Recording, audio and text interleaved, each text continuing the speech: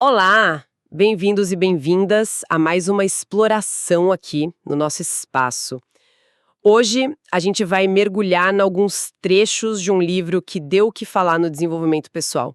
O Poder da Autorresponsabilidade, do Paulo Vieira. Isso aí. A nossa missão é fuçar essas ideias, sabe? Entender a fundo o que o autor quer dizer com ser autorresponsável e tirar o suco disso. Vamos nessa. Vamos com tudo. E, assim, a proposta dele logo de cara é que essa tal de autorresponsabilidade não é só uma palavra bonita, né? É tipo uma chave mestra mesmo. Uma chave mestra. Como assim? Ele coloca como ponto de partida essencial, sabe? Para quem quer não só mudar a vida, mas buscar excelência, potencializar resultados de verdade. É o começo de tudo, segundo ele. Interessante. E para a coisa não ficar só na teoria, o livro já abre com um relato bem pessoal e forte, né? A história do próprio Paulo Vieira lá em 1997. Exato. Ele descreve uma fase assim, de crise braba mesmo. Muitas dívidas, encarando um divórcio, Nossa, negócios quebrando, afastado da família, dos amigos e até a saúde, sabe? Tava ruim. Pressão alta, problema nos rins, um quadro bem pesado que ele mesmo chama de fundo do poço. que situação, hein? E como é que a virada começa a acontecer a partir daí? Então, o curioso é como começa. Ele tá numa livraria, meio que por acaso, folheando um livro do Roberto Chiniachik. Uhum. E topa com a história de Sísifo, aquele da mitologia grega, né? Ah, Sísifo. Lembro bem. O cara condenado a empurrar a pedra o morro acima eternamente só pra ela rolar pra baixo de novo. Uma imagem de esforço inútil, né? Exatamente. E pro Vieira, aquilo foi tipo um espelho. Ele olhou pra história e se viu ali.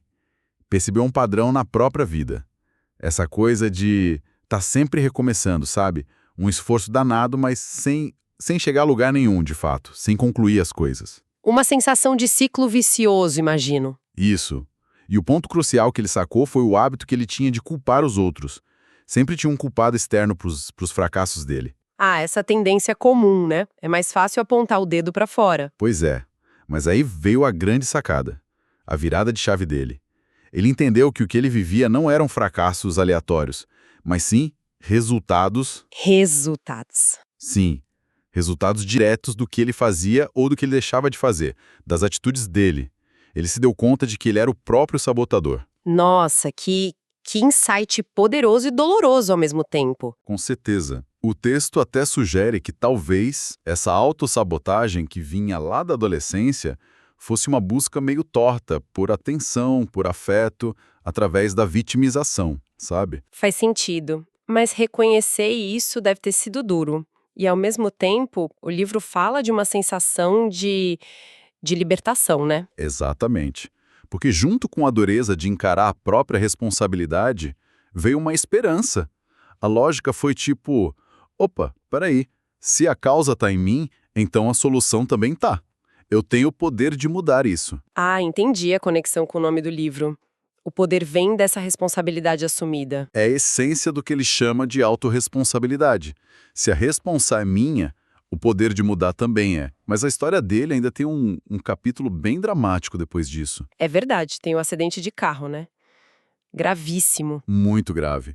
Ele viajando, o carro bate, um poste cai bem no meio do veículo, combustível vazando, um cenário de caos total. Meu Deus. E ele conseguiu sair, ajudar as amigas que estavam com ele. Incrivelmente, todos saíram ilesos. Ele narra isso como um renascimento mesmo, aos 29 anos. Sobreviver àquilo parece que consolidou a crença de que a vida dele tinha sim solução. Que experiência limite, deve ter sido um catalisador muito forte. Sem dúvida. E esse evento, somado àquela consciência que já estava começando a despertar, levou ele a buscar mais fundo. Foi estudar sobre crenças, programação mental, neurociência. Ah, ele foi atrás de entender como a mente funciona para poder mudar. Exato. O livro até menciona uma pesquisadora da Unicamp, a Helenice Ferrari, falando sobre neuroplasticidade, aquela capacidade incrível do nosso cérebro de se adaptar, de criar novas conexões com base nas experiências, nos comportamentos. Ou seja, a mudança não era só querer, era biologicamente possível. Justamente.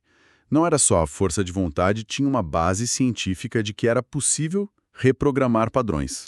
E pelo que o livro conta, a transformação aconteceu mesmo, né? Aconteceu.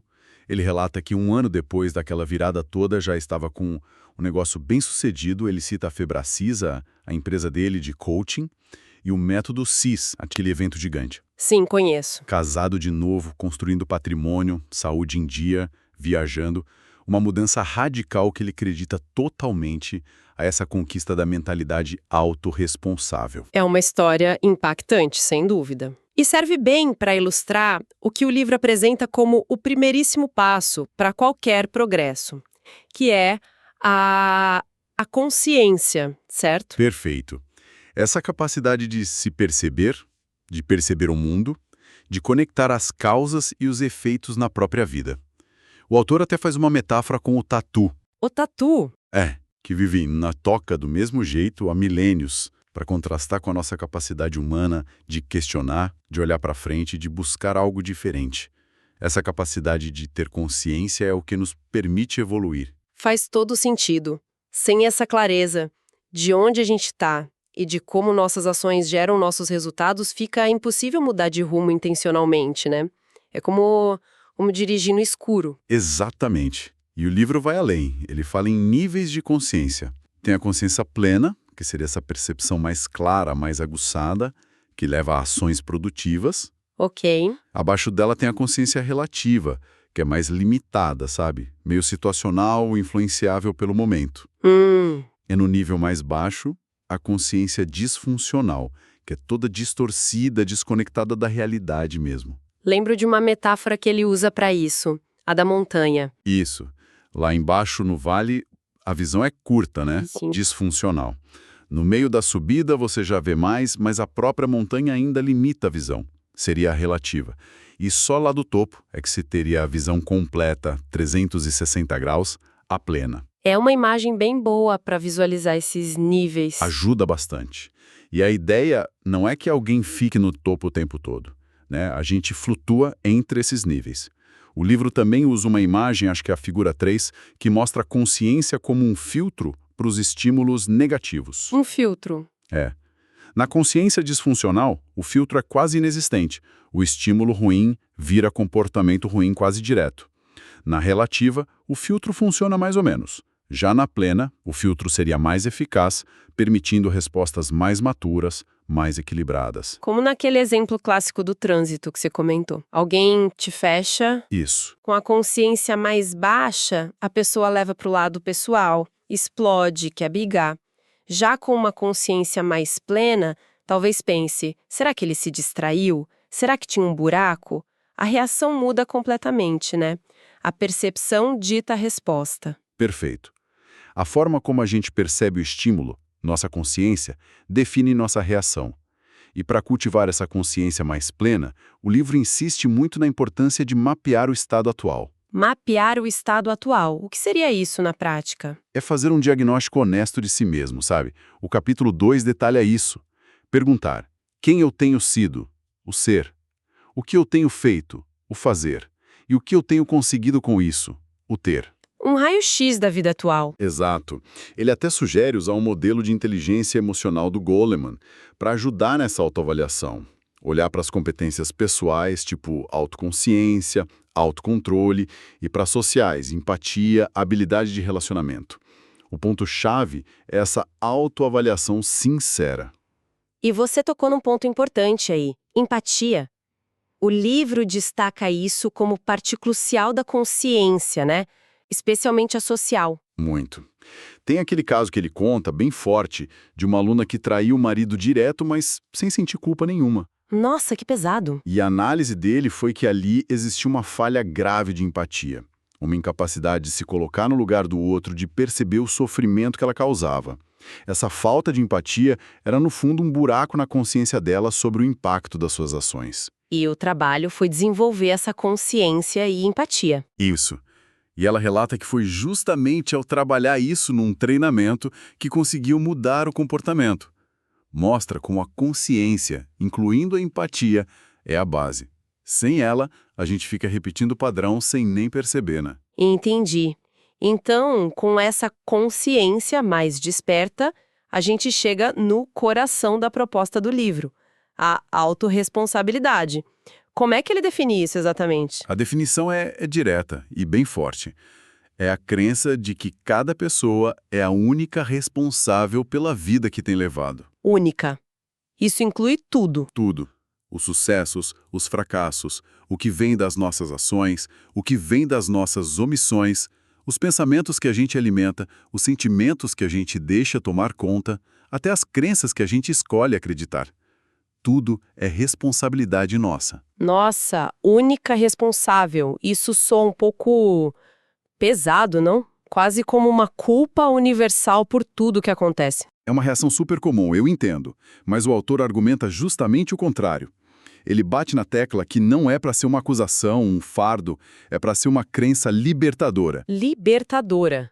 Por quê? Porque pensa bem, se a responsabilidade pela minha vida é minha e só minha, então o poder de mudar também é meu. Entende? Tira o poder das circunstâncias, do governo, da crise, do chefe e devolve para a mão da gente. Ah, saquei a lógica. Se a culpa é do outro, eu fico de mãos atadas esperando ele mudar. Mas se a responsabilidade primária é minha, aí eu posso agir. Eu tenho que fazer. Exatamente essa é a ideia. E o livro usa umas metáforas ótimas para isso ficar mais claro. Quais, por exemplo? Tem a do barco da vida. A gente não controla o mar, o vento, a tempestade, as circunstâncias externas, né? Mas quem está no comando do leme do nosso barco somos nós. A vida vai seguir, o barco vai navegar de qualquer jeito. A questão é, a gente está direcionando esse leme conscientemente com nossas ações e omissões ou está deixando o barco ir à deriva, levado pela correnteza? Boa metáfora. Mostra que mesmo sem controle total, temos o controle da direção. E a outra? A outra é a de plantar e colher. Simples e direta. A ideia é que a gente está o tempo todo semeando, com o que a gente faz, com o que a gente fala, com o que a gente pensa, até com o que a gente deixa de fazer. Uhum. E, como se fosse uma lei da natureza mesmo, a gente vai colher os frutos daquilo que semeou. O livro até cita a Bíblia: aquilo que o homem semear, isso também ceifará. Liga direto nossas ações ou a falta delas aos resultados que a gente tem. Isso me faz lembrar muito daquele exemplo do Nelson Mandela na prisão, que o livro também menciona. Sim, um exemplo fortíssimo de autorresponsabilidade. Ele não tinha controle nenhum sobre a situação externa, né? Preso injustamente, condições horríveis. Mas ele assumiu o controle total sobre o que podia controlar. Exatamente. A própria mente, os sentimentos, a atitude dele lá dentro. Ele usou aquele tempo terrível para estudar, para se preparar, para manter a dignidade. Aquela frase que atribui a ele é perfeita para isso. Posso responsabilizá-los os carcereiros por suas atitudes, mas eu sou o único responsável pelos meus sentimentos. É a autorresponsabilidade na veia, né? Mesmo na pior situação possível, ele encontrou um espaço interno de escolha sobre como reagir e o que cultivar. É isso. Reconhecer que sempre existe esse espaço, por menor que seja. E tem outro exemplo prático no livro, o da chefe Sabrina, né? Sim, a chefe que perdeu o emprego no restaurante que ela adorava, em vez de ficar se lamentando, culpando os novos donos, reclamando, O que ela fez? ela aceitou a realidade, viu aquilo como um resultado e foi atrás de se qualificar mais. Fez cursos, se aprimorou e, com essa postura proativa, acabou criando uma oportunidade ainda melhor para ela, em Portugal. Ou seja, em vez de se vitimizar, ela usou a situação como trampolim. Exato. São exemplos de como essa crença se traduz em ação. Não é só ficar pensando bonito. A pessoa autorresponsável, quando o resultado não está legal, não perde tempo procurando o culpado fora. Ela se pergunta: ok, o que eu preciso fazer diferente para ter um resultado melhor da próxima vez? O foco vira para dentro. Entendi. É uma mudança de perspectiva e de ação. E para ajudar a gente a colocar essa filosofia em prática, a transformar isso em algo do dia a dia, o livro traz as famosas 6 leis para a conquista da autorresponsabilidade. 6 leis. Parece algo bem prático. E são mesmo. Funcionam como ferramentas, sabe? quase como um guia de comportamento e até de linguagem para a gente ir internalizando essa mentalidade autorresponsável. Legal. E quais são essas 6 leis? Pode listar pra gente? Claro, vamos lá. 1. Se for para criticar os outros, a lei diz: cale-se. 2. Se for para reclamar da situação, a lei diz: dê sugestão. 3. Se for para buscar culpados, a lei diz: busque a solução. 4. Se for para se fazer de vítima, a lei diz: faça-se de vencedor. 5. Se for para justificar seus erros, a lei diz: aprenda com eles. 6. E se for para julgar as pessoas, a lei diz: julgue apenas as atitudes e comportamentos e, de preferência, comece julgando os seus. Uau! É interessante como cada uma delas propõe uma troca direta, né? Sair de uma postura que geralmente é negativa, reativa, e ir para uma positiva, construtiva. Exatamente. Trocar o foco do problema pelo foco na solução. Parece simples lendo assim, mas imagino que o desafio seja aplicar isso no calor do momento, né? Com certeza. A simplicidade é meio enganosa. Mas vamos pensar um pouquinho na lógica por trás delas. As 3 primeiras, não criticar, não reclamar e não culpar, atacam direto aquela nossa mania de jogar a responsabilidade para fora. Uhum. Quando a gente faz isso, o nosso foco vai todo para o problema e para o outro. E isso paralisa a gente. Afinal, se a culpa é do outro, por que raios eu vou mudar alguma coisa? Verdade.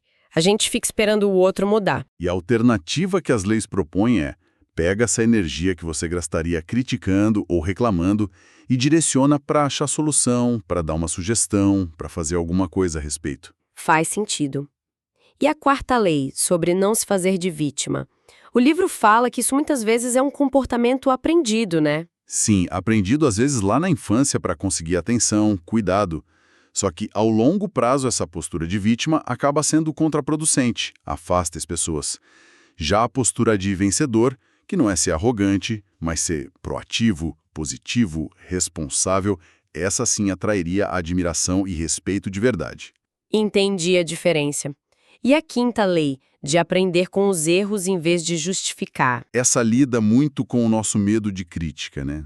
A gente erra e a primeira reação muitas vezes é inventar uma desculpa, apontar um fator externo. O livro sugere mudar a crença. Encarar resultados ruins não como erros que definem nossa incompetência, mas como feedback. Feedback? Informação. A pessoa autorresponsável pega esse erro, esse resultado insatisfatório e pensa: ok, o que isso me ensina? O que eu posso ajustar para a próxima vez? Em vez de gastar energia defendendo o erro, usa para aprender e melhorar a rota. Aquela crença, não existem erros, apenas resultados, ajuda muito nisso. Gosto dessa ideia. Tira o peso do erro e foca no aprendizado. E a 6ª lei? Sobre julgar atitudes e não pessoas. Qual a diferença prática disso no dia a dia? Essa é crucial para o nosso equilíbrio emocional e para conseguir resolver as coisas. Pensa só, quando a gente julga a pessoa, fulano é um preguiçoso, aquele motorista é um idiota, a gente está generalizando, rotulando, e aí a nossa reação é emocional, a gente se irrita, dá ao outro poder de estragar nosso dia. Verdade, a gente reage ao rótulo. Exato. Agora, quando a gente julga a atitude específica, a entrega não foi feita no prazo, aquela manobra no trânsito foi perigosa, a gente consegue analisar o fato de forma mais objetiva. Separa o problema da identidade da pessoa. E aí fica mais fácil manter o controle emocional e buscar soluções práticas para o problema específico, em vez de só ficar alimentando raiva ou conflito com a pessoa. Faz muito sentido. É mais fácil conversar sobre um comportamento que precisa mudar do que atacar a pessoa inteira. E o livro tem aquela dica prática de imprimir as leis e deixar visível, né? Ilho do banheiro ajuda a gente a lembrar e a praticar essas novas formas de pensar e agir, até que elas comecem a ficar mais automáticas.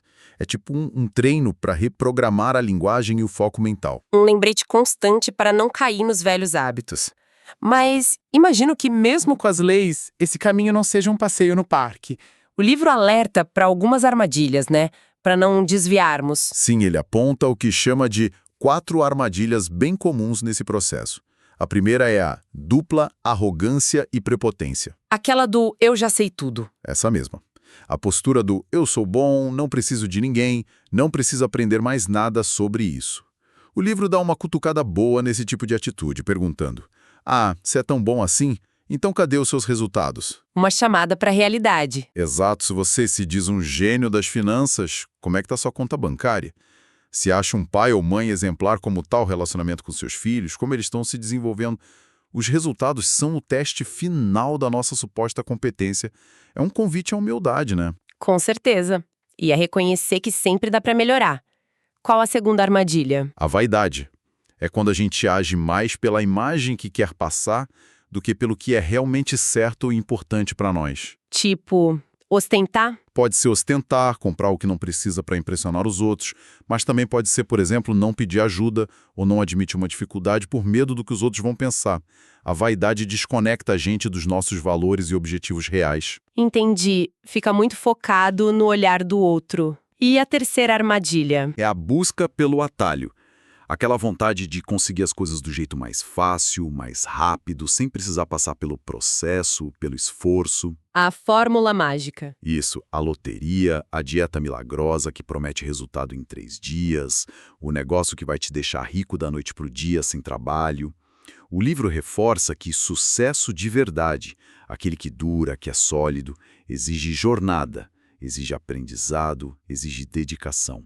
Atalhos geralmente são ilusórios ou têm um preço alto lá na frente. É a ilusão do resultado sem esforço.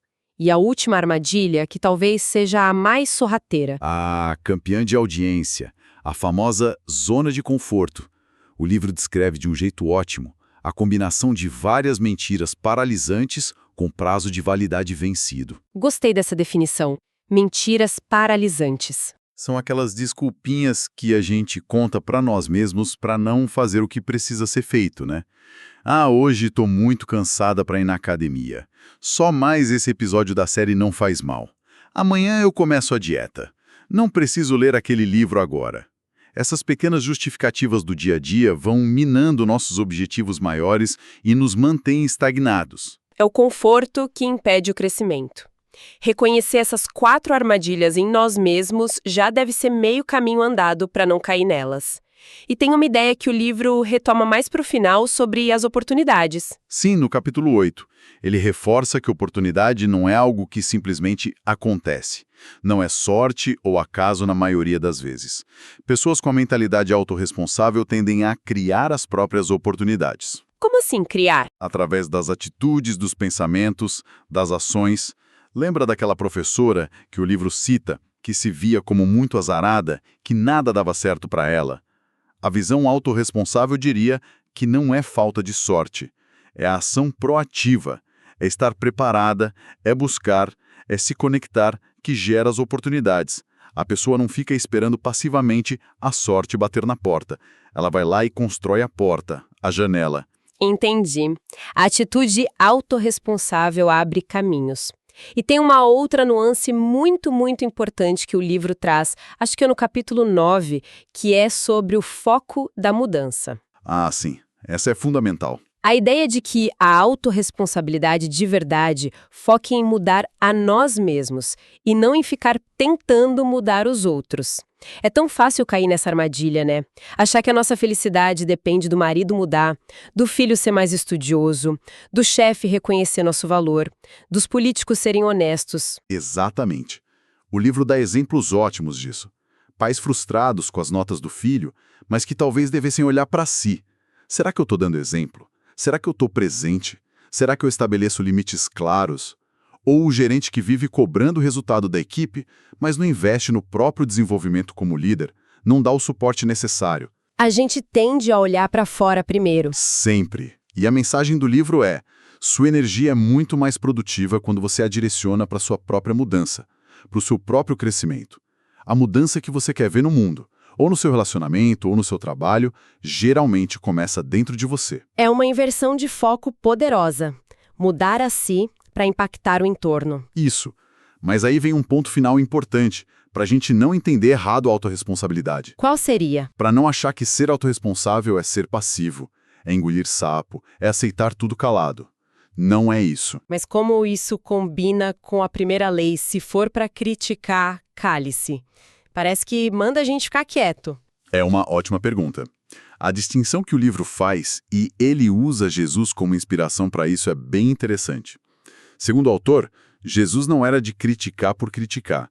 Não ficava reclamando à toa nem buscando culpados para se livrar da responsável. Ok. No entanto, ele confrontava a realidade com a verdade quando era necessário. Ele expulsou os vendilhões do templo, chamou os fariseus de hipócritas, corrigiu os discípulos quando eles estavam errados. A diferença, segundo o livro, estaria na intenção e na forma. Não era uma crítica destrutiva, mas um confronto necessário com a verdade. Ah, entendi a diferença. Então não é para evitar a verdade ou fugir do conflito a qualquer custo, é sobre como a gente aborda isso. Precisamente. A autorresponsabilidade madura inclui a coragem de abraçar a verdade. Sim, para elogiar, para reconhecer o que está bom, mas também para corrigir, para confrontar, para apontar o que está errado, quando isso é necessário para o bem maior, para alinhar as coisas. Mas com cuidado, imagino. Com muito cuidado. A chave que o livro aponta é fazer isso com discernimento e com amor.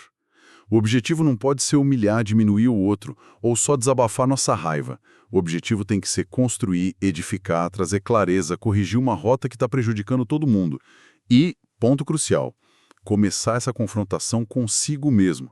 Olhar para a própria verdade antes de apontar o dedo para fora. Seria a diferença entre aquela crítica que só fere e uma comunicação que, mesmo sendo dura às vezes, é honesta, se baseia em fatos, busca solução e não ataca a pessoa. Perfeito, é exatamente isso. É assumir a responsabilidade até pela forma como a gente comunica as verdades difíceis, buscando sempre a construção, mesmo quando a gente precisa apontar um problema sério. Ufa! Quanta coisa, hein? Fizemos uma viagem profunda aqui pelos trechos de O Poder da Autorresponsabilidade. Recapitulando rapidinho, a gente viu como a consciência é o despertar, o ponto de partida, bem ilustrado pela história do próprio autor. Depois, mergulhamos na autorresponsabilidade como essa crença poderosa de que somos os únicos no comando, o que nos dá o leme da vida. Vimos as 6 leis como um kit prático para sair da reclamação e ir para a ação. Ferramentas essenciais. Identificamos as armadilhas no caminho, arrogância, vaidade, atalho e a zona de conforto que podem nos sabotar. Entendemos a importância de focar a mudança primeiro em nós mesmos. O ponto crucial. E, por fim, compreendemos que ser autorresponsável não é ser passivo, mas inclui a coragem de confrontar a realidade com verdade e amor, começando pela autoavaliação. É realmente uma proposta e tanto para a gente assumir as rédeas da própria vida. Sem dúvida nenhuma. É um chamado forte à ação e à transformação pessoal. E para não ficar só na teoria, na reflexão, talvez uma última provocação aqui, sabe?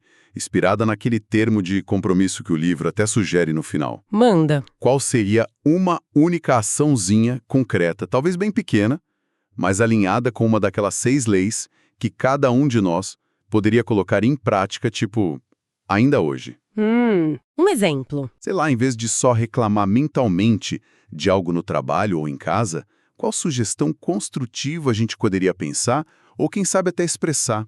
Ou então, ao perceber que está dando uma desculpa para um erro, parar e pensar, ok, qual o aprendizado rápido que eu tiro disso aqui? O livro argumenta muito que a grande mudança começa nesses micropassos conscientes. Qual poderia ser esse primeiríssimo passo agora? Excelente pergunta para ficar ecoando. Fica a reflexão. Agradecemos muito a companhia de todos nesta análise mais aprofundada. Esperamos que tenha sido útil, esclarecedora e, quem sabe, até um pouquinho inspiradora. Até a próxima!